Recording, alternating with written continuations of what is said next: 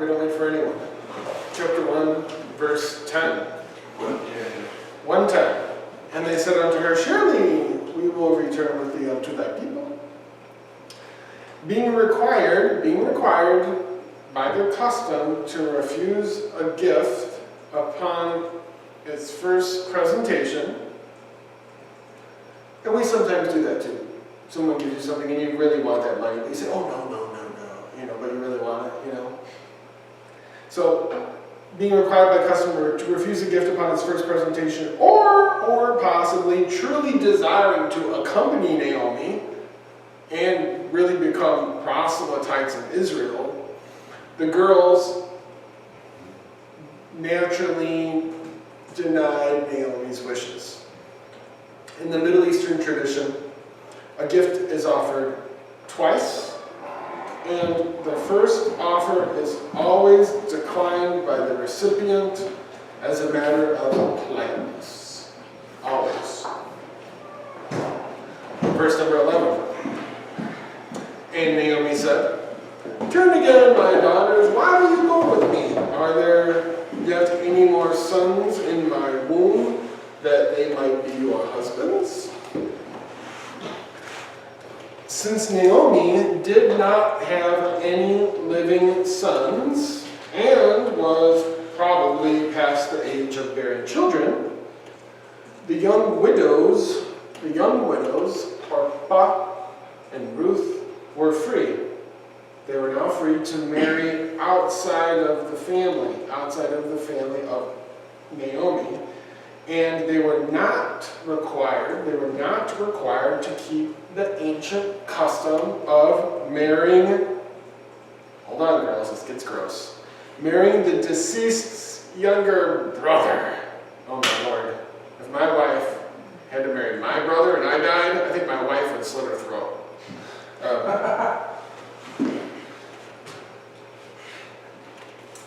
Deuteronomy 25:5. That's just because they were not Jews? No, I'm sure they had the same custom in Moab that the Israelites had. I'm sure they did. No, I'm sure they did. So what, the fact that she said you're free, that's what made her free? Well, that, and plus there weren't any guys to marry from, the womb of Naomi. So here's what is going on here in Deuteronomy 25:5. When brothers live together, and one of them dies and has no son, the wife of the deceased shall not be married outside the family to a strange man. Her husband's brother shall go in to her and take her to himself as wife and perform the duty of a husband's brother to her. Okay. Now, they did this, I should say, to fulfill the duties of bearing children in the deceased son's name. We see that, for example, like in Genesis 38:8. And Judah said unto Onan, his son, go in unto thy brother's wife, because his brother died. His name is Er.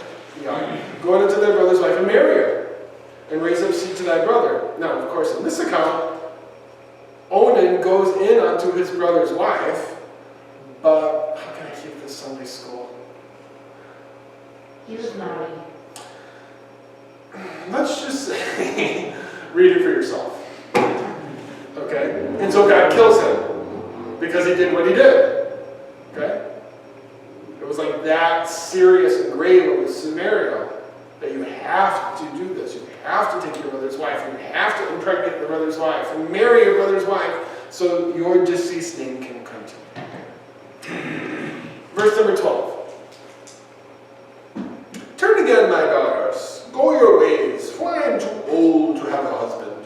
If I should say I have hope, if I should have a husband also tonight, and should also bear sons.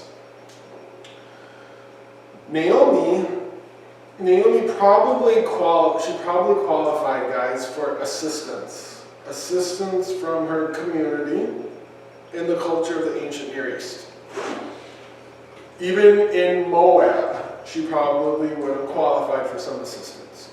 because she does not have the existing network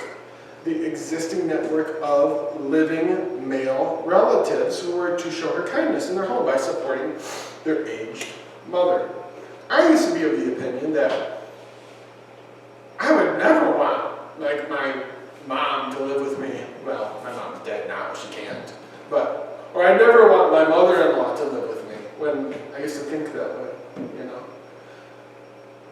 And I think maybe I'm coming around, you know, like, when I'm older, you know, I don't know. Maybe I wouldn't mind that. It's my duty, I guess, not to put them in, you know, Sunny Acres retirement home, you know, but to invite them into the warmth and comfort and craziness of our house, you know. So what is the assistance that she qualifies for? It Is probably- there assistance? EBT funds. Yeah. It's reading in between the lines, but maybe it would have been food, some kind of ration, a portion of food she would Would, have I mean, received. like, would she have to go beg, or would she have to? Maybe.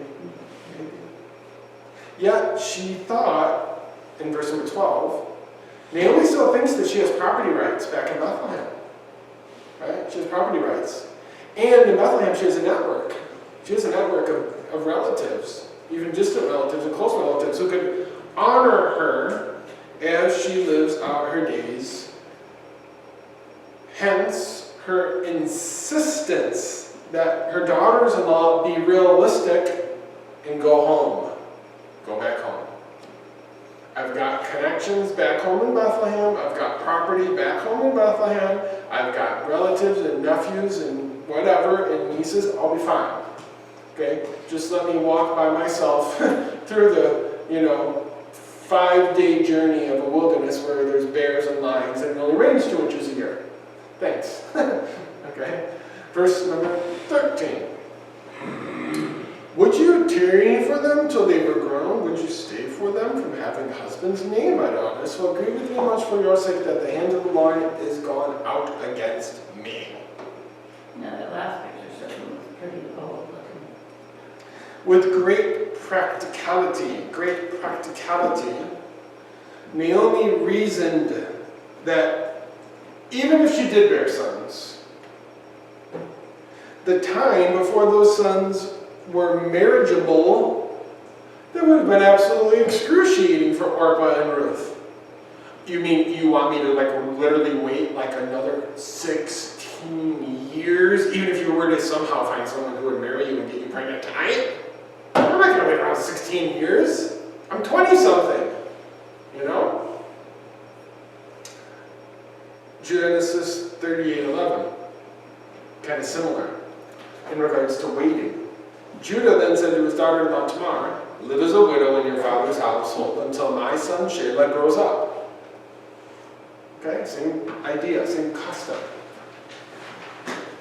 Wanting, in verse number 13, wanting to allowing the girls the hope of every woman in the world of the Bible in the ancient Near East of bearing sons of their own and having their own family and their own children, Naomi graciously releases them from any vows that they may have made, releases them from any subsequent potential stigma, the stigma in the world of the Bible of being single and being vulnerable young widows in a foreign land. She's releasing them of that. You don't have to come with me on this journey, right, where everyone's going to look at you like you're a Muslim immigrant and give you dirty looks and be scared of you.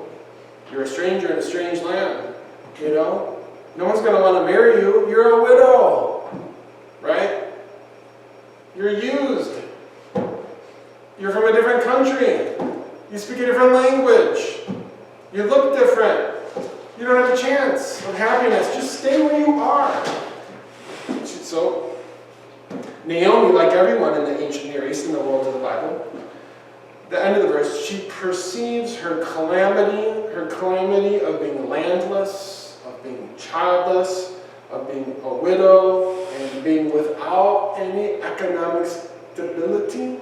She perceives all this calamity as being caused by God. The Lord gives, the Lord takes away. That kind of mindset. Verse 14. And they lifted up their voice and wept again, and Orpah kissed her mother-in-law, but Ruth clave unto her. Upon realizing they would never see their mother-in-law again, which for some people might be okay, but not me. I love my mother-in-law. I do. Upon realizing they would never see their mother-in-law again, and watching her embark on this treacherous journey alone through the wilderness of Judah, totally defenseless, the girls in verse 14, maybe surprisingly, they differ in their responses. Orpah, by the way, Oprah, bad, you can fill in the blank. Her real name is Orpah. Her mom wanted to name her Orpah from here, but her mama misspelled her name on the birth certificate to Oprah. And so that's how she has the name Oprah instead of Orpah. Anywho, in case you're ever on Jeopardy. Orpah customarily bade Naomi farewell with a kiss. We already went over this. Here's another one, Genesis 31:28. Laban speaking, Laban, the name means like white. Or Lavan is what milk or yogurt is. That's because in Labanan, which is the root of Laban, it means white, because all the mountains are snow-capped. So Laban did not allow me to kiss my sons and my daughters. Now you've done foolishly. You have to kiss them before they leave. So Orpah customarily bids her farewell with a kiss, but Ruth cleaves unto her. That's the name of Habakkuk. Habakkuk means to cleave, hang on, to cling to God. And that is what Ruth, or friendship, is doing here. Verse number 15. And she said, Behold, thy sister-in-law is gone back unto her people and unto her gods. Return thou after thy sister-in-law. Giving Ruth another chance to retain the safety net of the house of her father, another chance to have that safety net to go back home, and to go back home to worship Baal Peor and Chemosh, her gods, because these are the gods of Moab. We know this from Numbers 21:29. What sorrow awaits you, O people of Moab? You are finished, O worshippers of Chemosh. So this is Ruth's God. You see that? She's not a Christian. She's not an Israelite. She's not a Jew. She's a pagan. Verse 15. So return unto your gods. So giving her one more chance. One more chance. Naomi pleads with her to return back to the comforts of her own home country. Verse 16. Isn't that boring? We get there. Okay. Verse number 16. And Ruth said, Entreat me not to leave thee, nor to return from following after thee. For whither thou goest, I will go. Whither thou lodgest, I will lodge. Thy people shall be my people. Thy God, my God. Having set their face to a new start and a new life in Judah, Ruth, who speaks less than any other major character in the book, she has the fewest lines in the script of any major character, she urges Naomi not to go against her inclination of going with Naomi and integrating into the customs and the world of Bethlehem, and not preventing her from becoming a full-fledged convert to the God of Israel. Okay? I want to do it. I'm smart. I know what I'm doing. Just let me do with it. Let me do it. Let me go with you. Give me the chance. Verse 17. Where thou diest, I will die. There will I be buried. The Lord do so to me, and more also, if anything but death part thee in me. Desiring to be close to Naomi in life and death, this was the ancient custom. We see it like even later in Galatians. The desire to be close to the ones we love in life and death. I've been crucified with Christ, and I no longer live, but Christ lives in me. Okay? A desire to be close. So she has a desire to be close to Naomi in life and death, even to the point of forsaking, being buried with her fathers and with her family. Ruth, customarily, as was the custom, vowed her vow in the name of her new God. Right? The Lord do so to me, and more also, if anything but death part thee in me. Is like a vow. And I'm vowing, I swear to God, right, kind of thing. This is what she said. Okay? Here's an example of this, like in 1 Kings 20:10. Then Ben-Hadad, by the way, this has nothing to do with anything, but whenever you read Ben-Hadad, Ben means son. Hadad is the name of Baal in Syria.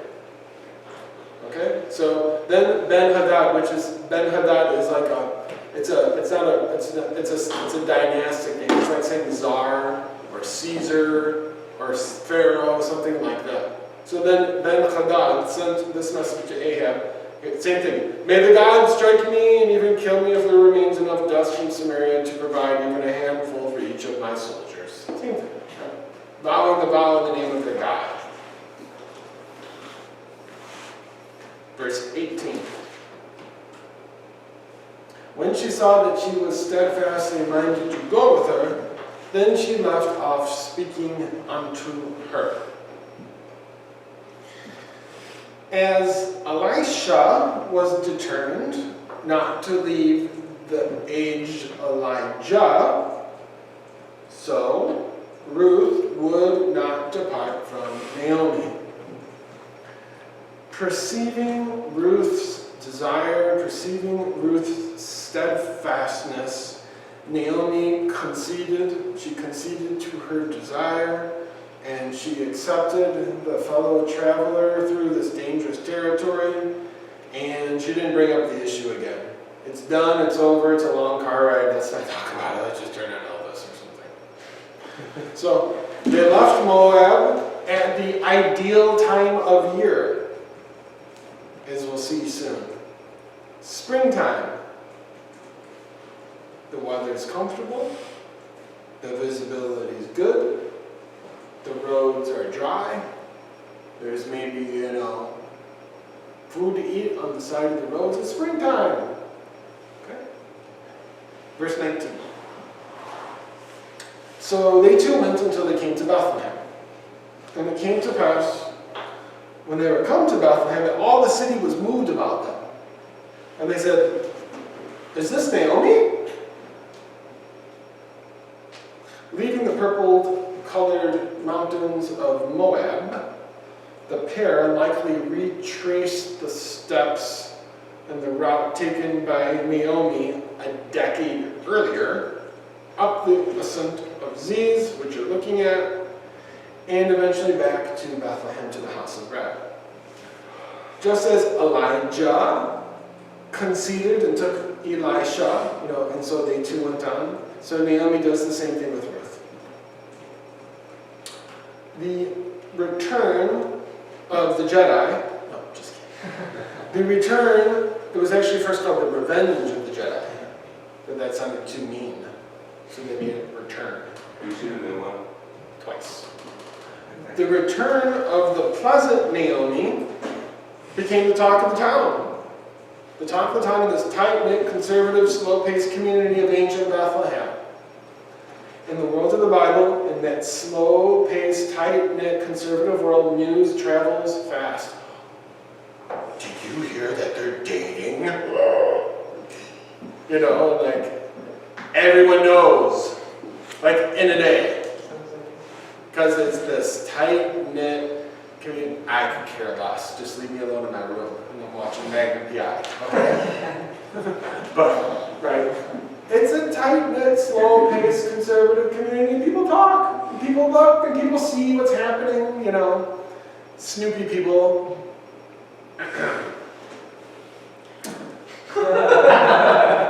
The return of Naomi became I'm just kidding. She became the talk of the town. The talk of the town. It was the talk of the town.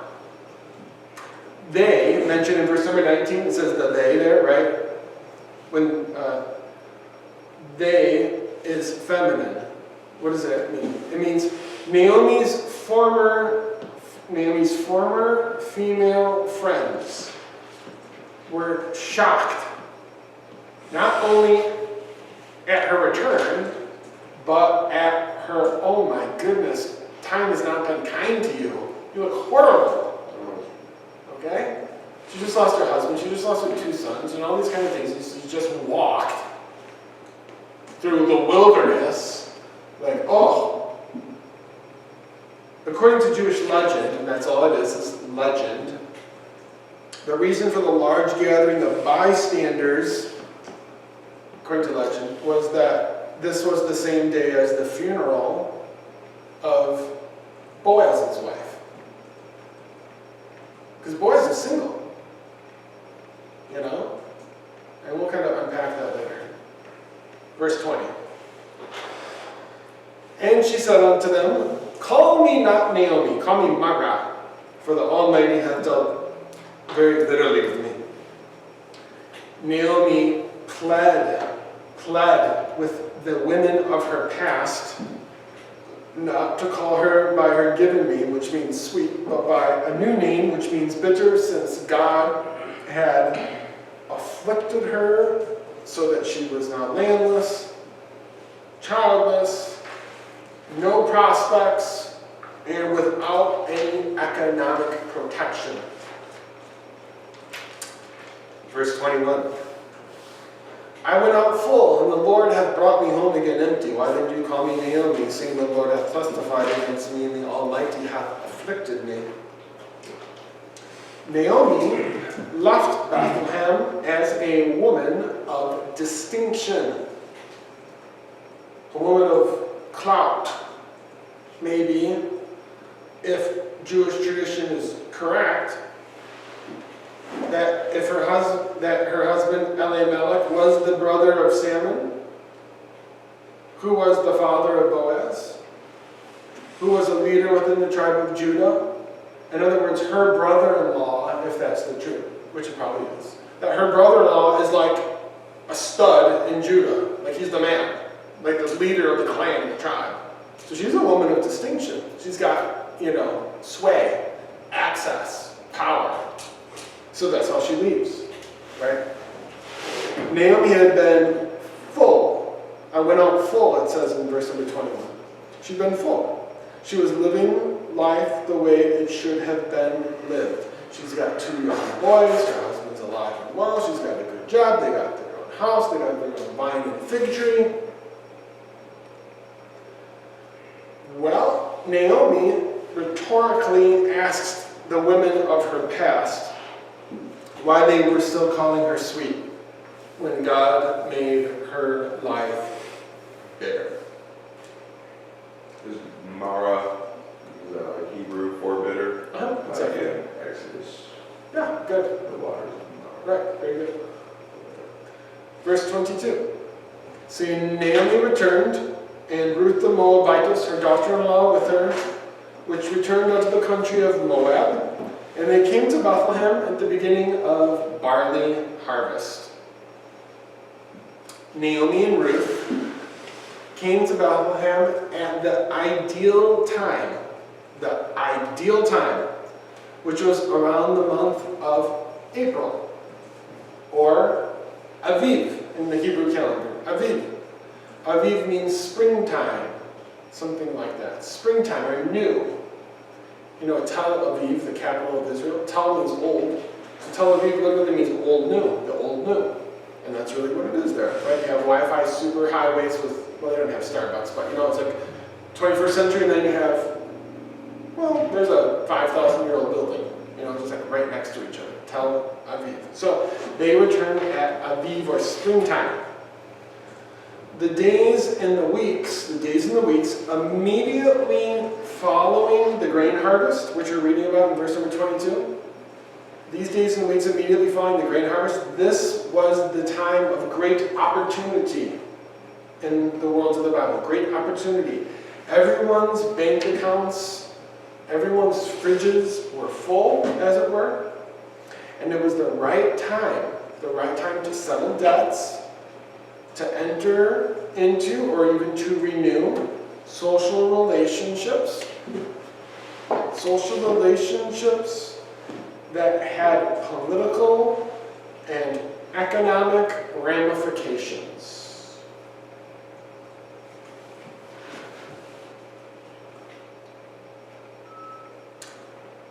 Chapter 1 is finished.